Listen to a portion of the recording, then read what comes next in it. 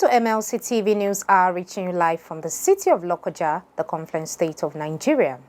I am Jane Balagbubo. First, the headlines. International Day of Girl Child, KOGI government renews commitment to protect girl child. ASU to call off 7-month-old strike soon. And Atletico Madrid resign France forward on permanent deal after Barcelona loan. And now the news in detail.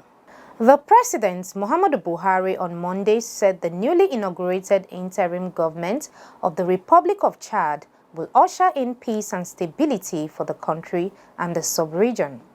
Buhari, who is the current chairman of the Lake Chad Basin countries, joined the celebrations of the people of Republic of Chad in inaugurating their interim administration to lead the country to elections and the formation of a democratic government. At a bilateral meeting held by the two leaders shortly before the inauguration of the general as the head of the transition government and head of state to oversee the transition process, Buhari congratulated the country's leader on behalf of the LCBC for earning the trust of the majority of Chadians to head the transition process to full fruition. The president equally congratulated the participants of the just concluded inclusive national dialogue for the patriotism they demonstrated in reclaiming their country from the path of instability and repositioning it for sustainable governance and development. Buhari expressed hope that the event will hopefully bring to closure the painful phase of the Chadian political history, which led to the sad passage of one of Chad's most illustrious sons, late Marshal Idris Itno. The president also expressed his hope and that of the LCBC that the event will usher in another period of peace and stability within Chad and their sub-region in order to build on the gains of previous efforts. He therefore urged all stakeholders in the Chadian political process to work towards consolidating and re-establishing a resolute, resilient, and sustainable democracy for the benefit of the good people of Chad. The KOGI state government has reiterated its commitment towards protecting the girl child in a bid to make them impact meaningfully in any society. The KOGI State Commissioner for Women Affairs and Social Development, Fatima Kabir Buba, disclosed this against the backdrop of the 2022 International Day of Girl Child with the theme, "Their time is now, their rights, their future." Buba explained that the VAPP bill recently signed into law by KOGI State Governor Yahaya Bello further portrayed the state government's commitment in providing sense of belonging to the girl child, adding that any individual caught violating this law will face the ambit of the law. Speaking on the importance of the International Day of Girl Child, the KOGI State Commissioner for Women Affairs said the day is observed to celebrate the achievement of girls worldwide. According to her, the day aimed to educate girls about their rights, which will enable them to realize their full potential and transform the world around them. It will be recalled that in December 2011, the United Nations General Assembly adopted a resolution to declare October 11th as the International Day of the Girl Child. The KOGI State Chairperson of Nigerian Association of Women Journalists, NAWOJ, Anne Olurinde, has described girls as change makers. Anne stated this while celebrating this year's International Day of the Girl Child with the students of Muslim Community Secondary School in Lokoja. The NAWOJ KOGI State Chairperson, Anne, advised them to make education their priority to become greater women in the society, stressing that they should not allow themselves to be relegated to the background. The chairperson maintained that the girls can go to any length if they work hard by taking up courses, seen as men saying that no course is for man as ladies do well in position of authority. Nora Osegahele from the Media Smith emphasized the need for the girl child to prioritize her education, physical and mental well-being. Osegahele explained that they must learn how to speak out whenever the need arises while building on their self-worth, stressing that no girl child deserves any form of molestation and abuse. She urged them to explore their capabilities and abilities for a better society. A member of the Federated Chapel, Emilia Ugochukwu, urged them not to befriend students who are not serious with their studies and avoid visiting friends without their parents' knowledge. Emilia urged them to use their time well by engaging in meaningful ventures and have fear of God at all times. The Vice Principal, Academy 1, Ayeton Comforts, appreciated an award and promised to take the discussion further by engaging those that were not present. Mercy, a senior secondary school, SS1, a student of the school, expressed appreciation for the opportunity to be part of the program and promised to work with the ideas shared. The theme for this year's celebration, chosen by UNICEF for the International Day of Girl Child, is "Our time is now, our rights, our future." Girls are ready for a decade of acceleration forward. The Minister of State, FCT, Dr. Ramatu Tijani Aliyu, has expressed deep concern over the unfortunate inferno at the KOGI State House of Assembly complex and charged the security agencies to thoroughly investigate the fire incidents towards unraveling the remote and immediate cause. The minister, in a statement made available to newsmen by Andrew Essien, SA New Media, quoted Dr. Ramatu Aliyu as describing the incident as very sad indeed. While expressing shock at the level of destruction caused by the fire, the minister urged citizens of the state to remain calm and allow government, through its relevant agencies, determine the cause and necessary actions going forward. The youth in the host communities of Dangote Cement, Obajana, have staged a peaceful protest accusing the company of negligence and exploitation without compensation.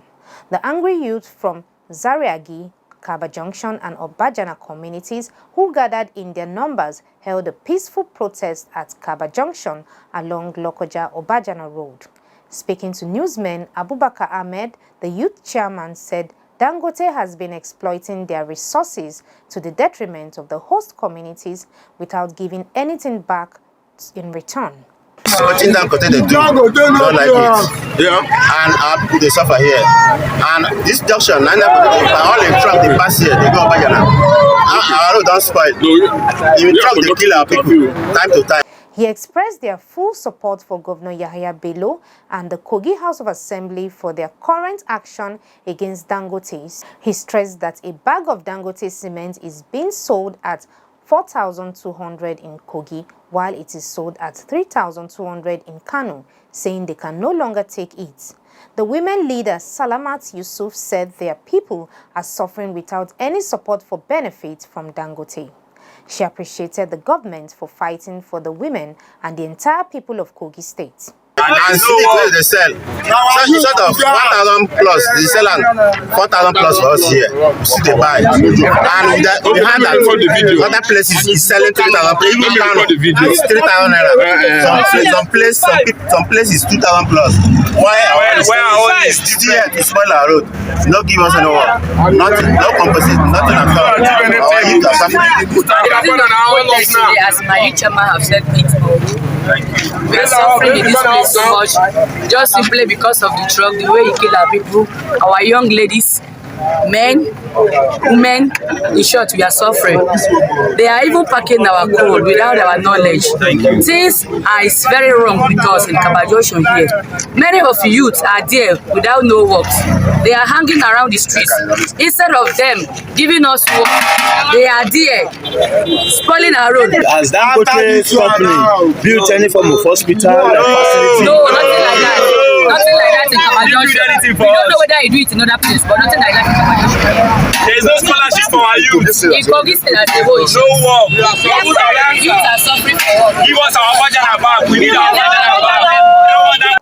The student leader, Bello Abdurazak, said their grievance was that since Obajana has changed to Dangote Cement, the host community and the people have been suffering. He said the roads are destroyed by Dangote without repairs and the truck drivers drive recklessly. Yes, is that since when Obajana has been changed to Dangote, there is no benefit. We've been suffering. Dangote trailer has been killing our youth, our mothers, our family. There is no compensation. There is nothing from him. There is no scholarship, no hospital, and they are packing our mineral resources. They are packing our gold. There is nothing for us. We, the youth of Obajana, we are angry and we are pleading on the state government. And we are pleading on the state government should come to our aid and rescue us. Please, we are not benefiting anything from Dangote. As you can see, all our environment is being spoiled. Our road here is being spoiled by Dangote trucks, and they are killing our people daily in, daily out. Please, we need the state government help. Let him come to our aid. Our belief is that, and our prayer is for His Excellency Alhaji Adoza Bello should be able to fight for our interests. Should speak with Dangote and negotiate with him. They should bring back our Obajana back. We have graduates, we have youth that there are no work for them. We don't have work. They don't have anything doing. So we are pleading that please, the state government should try and revive our Obajana. We don't want Dangote Smith anymore. That have led to too many killings of students and others still no compensation and no scholarship for students. They appeal to the state government to fight for their interests so that they can get what rightfully belongs to them as host communities and as a state. The protesters carried placards with various inscriptions such as "Say no to Dangote Group exploitation," "Return our cement factory," and "Our roads are destroyed by Dangote truck." "No more slavery in KOGI. KOGI youths are tired of Dangote," among others. They are urging the state not to back out until the state recovers Obajana Cement, the largest cement plant in sub-Saharan Africa. Professor Emmanuel Osodeke, the president of the Academic Staff Union of Universities, ASU, has said that the union would soon call off its 7-month-old strike. Osodeke said this at a meeting with the leadership of the House of Representatives on Monday in Abuja. He said, from what the union had seen at the meeting, there is light at the end of the tunnels, adding that this time around it hoped that there would not be any persons or group to create issues that would make the union run into any hitch. He said that it hoped the intervention by the leadership of the House would be the final for the sake of the students, adding that ASU's struggle was for the educational system in Nigeria and the university system. According to him, they hope that in the next few days they will put an end to the strike. They want to have a system where the remuneration is enough to attract lecturers all over the world. He said that Nigerian universities should also be paid in hard currencies by attracting foreign students, while expressing worry over some good lecturers that were leaving the country. The Speaker of the House of Representatives, Femi Gbajabiamila, said that the intervention by the leadership of the House was fruitful, adding that the meeting with the president was far-reaching. He said Buhari's decision would be made known to the union and the public later, adding that the leadership of the House were able to ensure that all the demands of ASU in terms of revitalization, salaries, among others, have been provided for in the 2023 budget. He said that 470 billion naira had been included in the 2023 budget to accommodate ASU's demand. The Lagos state government has sought increased collaboration with the World Bank for the development of mass housing schemes in the states. The State Commissioner for Housing, Moruf Akinderu Fatai, made the appeal during a working visit by a World Bank team led by the Senior Urban Development Specialist and the Spatial Planning Community of Practice leader at the organization, Dr. Fuad Makawi, in Lagos. Akinderu Fatai said uninhibited movement to Lagos from other states of the Federation and some countries in the West Africa region has made the challenge of housing very critical. Given the littoral nature of the state, enormous support is required in the area of housing development. In response, Makawi expressed the willingness of the World Bank to partner with the states to develop and implement strategies for urban renewal in Nigeria. The First Lady of KEBBI State, Zainab Shinkafi Bagudu, has been nominated for the presidency of the Union for International Cancer Control. The UICC, which represents the world's major cancer societies, ministries of health, and patient groups, also includes influential policymakers, researchers, and experts in cancer prevention and control. The organization is dedicated to taking the lead in capacity building and advocacy initiatives that unite and support the cancer community to reduce the global cancer burden, promote greater equity, and to ensure cancer control continues to be a priority in the World Health and Development agenda. The other nominees for the position are Ulrika Karlström of Sweden and Deman Fan of China. Bagudu said if she is elected president of the organization, she would address global cancer inequities between countries and within countries. They need to adopt a fresh narrative and a renewal global perspective. As the First Lady of KEBBI State and chairperson of First Ladies Against Cancer Initiative of Nigeria, she has contributed in placing cancer prevention and cancer control in the spotlight on the global, regional, and national stage. We go on a short break. We'll be right back. Get human interest stories right here on MLC TV with entertainment, sports, business, culture, tourism, and fashion news stories all featured on MLC TV. Not forgetting political and current affairs news, state and federal government and people's matters will be discussed regularly on MLC TV. MLC TV, your one-stop online destination for unbiased, accurate news, entrepreneur ideas, and youth matters to the rest of the world. MLC TV, reaching everywhere, informing everyone. Welcome back. Now on crime. 3 men have been arrested for attempting to kidnap their former employer in the Ijebu-Ode area of Ogun State. Police Public Relations Officer in the state, Abimbola Oyeyemi, who disclosed this in a statement, identified the suspect as Peter Nse, Chukwuma Nwobodo, and Michael Umana. He said they were arrested following a complaint lodged at Igbeba Divisional Headquarters by one Ifenuga Olayinka that he received a text message on his phone from someone who described himself as a killer vagabond of Africa. Following the report, the Divisional Police Officer of Igbeba Division, Musili Udoga, dispatched his detectives to unravel those behind the message. On how the suspects were nabbed, a police spokesman said detectives embarked on a technical and intelligence-based investigation which led them to Anambra State, where 2 of the suspects, Peter Nse and Chukwuma Nwobodo, were arrested. Now on foreign. Leaders of the G7 group of advanced economies will meet virtually later, and UK Prime Minister Liz Truss is set to urge her counterparts to stay the course by keeping up their support for Ukraine. She's expected to say the overwhelming international support for Ukraine's struggle stands in stark opposition to the isolation of Russia on the international stage. Truss will say Ukraine wants peace and that the West must not waver one iota in helping Kyiv to win it.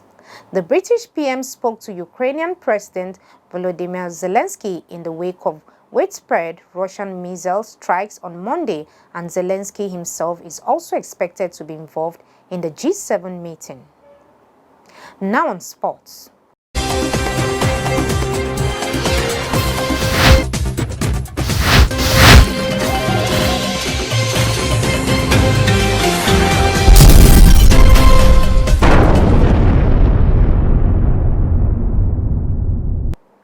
Liverpool forward Luis Diaz is set to be sidelined until after the World Cup due to a knee injury. According to reports, Diaz suffered the injury during the first half of Liverpool's 3-2 defeat at Arsenal in the Premier League on Sunday. The 25-year-old Colombian left the Emirates Stadium on crutches with his knee in a brace. Scans have revealed Diaz does not require surgery but it has been reported the injury will keep him out until after the World Cup, which starts on November 20. Diaz will miss at least 10 matches for jogging club's struggling side, who are 14 points behind Premier League leaders Arsenal. It is another blow for Liverpool. Diaz has emerged as an influential figure since joining from Porto in January. He will hope to return to action by the time the Premier League resumes in December after the World Cup. Atletico Madrid have resigned France forward Antonio Griezmann from Barcelona on a contract until 2026. Griezmann became the 6th most expensive player in history when he joined Barca for €108 million in 2019. He scored 35 goals in 102 games before returning to Atletico on a 2-year loan at the start of last season. The 31-year-old has 3 goals and 2 assists in 11 appearances so far this campaign. Through only 3 of these appearances have been starts. According to Spanish football reporter Guillem Balaguer, there was a clause in Griezmann's loan contract that would oblige Atletico to buy the forward for €40 million should he play more than 45 minutes in more than 50% of their games. In response, Atletico boss Diego Simeone has used Griezmann as a substitute after 60 minutes in 8 of his 11 appearances this season to ensure that clause was not triggered. Griezmann could make his first appearance back as a permanent Atletico Madrid player against Club Brugge in the Champions League on Wednesday.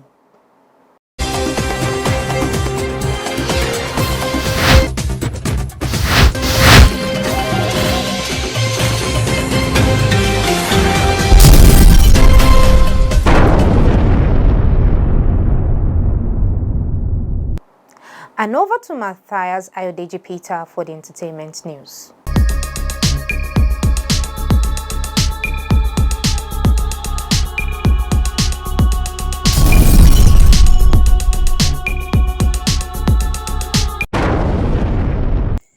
On our entertainment news, Big Brother Naija alumnus Rico Suave is currently battling for his life following a ghastly car crash which occurred in the early hours of Tuesday, October 11, 2022. Co-reality star Alex Unusual took to her Twitter calling for prayers. Good morning, sweethearts. Please put at Rico Suave in your prayers today. He was involved in a ghastly accident hours ago and the doctors are still trying to resuscitate him as I just left the hospital. He's really critical. I'm staying positive, Alex tweeted. As at the time of publishing this report, there has been no update on the reality star's health status. Still on our entertainment news from Africa, actress Funmi Awelewa, popularly known as Morili, has built a mansion for her mother and siblings a few hours after penning a teary-eyed note to her mother. Funmi Awelewa disclosed that the house project was a big part of her life and she's grateful that God has used her to bring the desired change to her family. The beautiful and budding Yoruba actress got many storming her Instagram page with congratulatory message when she shared photos of the new house online. Funmi dedicated the mansion to her mother and siblings and revealed she embarked on a new journey in a few hours. Nollywood celebrities including Bukumi Oluwashino, Wumi Ajiboye, Sani Alesh, Sikiratu Sindodo, Biola Bayo, Aisha Lawan, and many others stormed Funmi Awelewa's Instagram page to congratulate her with heartwarming words and emojis. And that is all on entertainment news today. My name is Matthias Ayodeji Peter, reporting for MLC TV.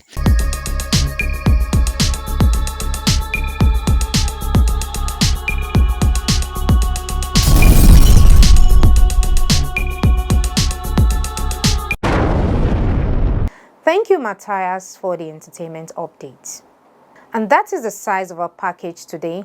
Join us tomorrow at the same hour to watch the news as we give you updates on happenings within and across the globe.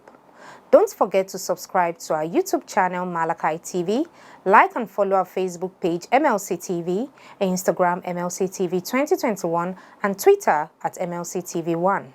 For your events, coverage, information, contribution, advert, and sponsorship, please call any of our numbers displayed on your screen. Join us Fridays and Saturdays to watch our special programs. It is Malachi TV, reaching everywhere, informing everyone. I am Jane G. Abalagbubo. Please continue to be your brother's keeper to build a peaceful and united society together. Good day and thanks for watching.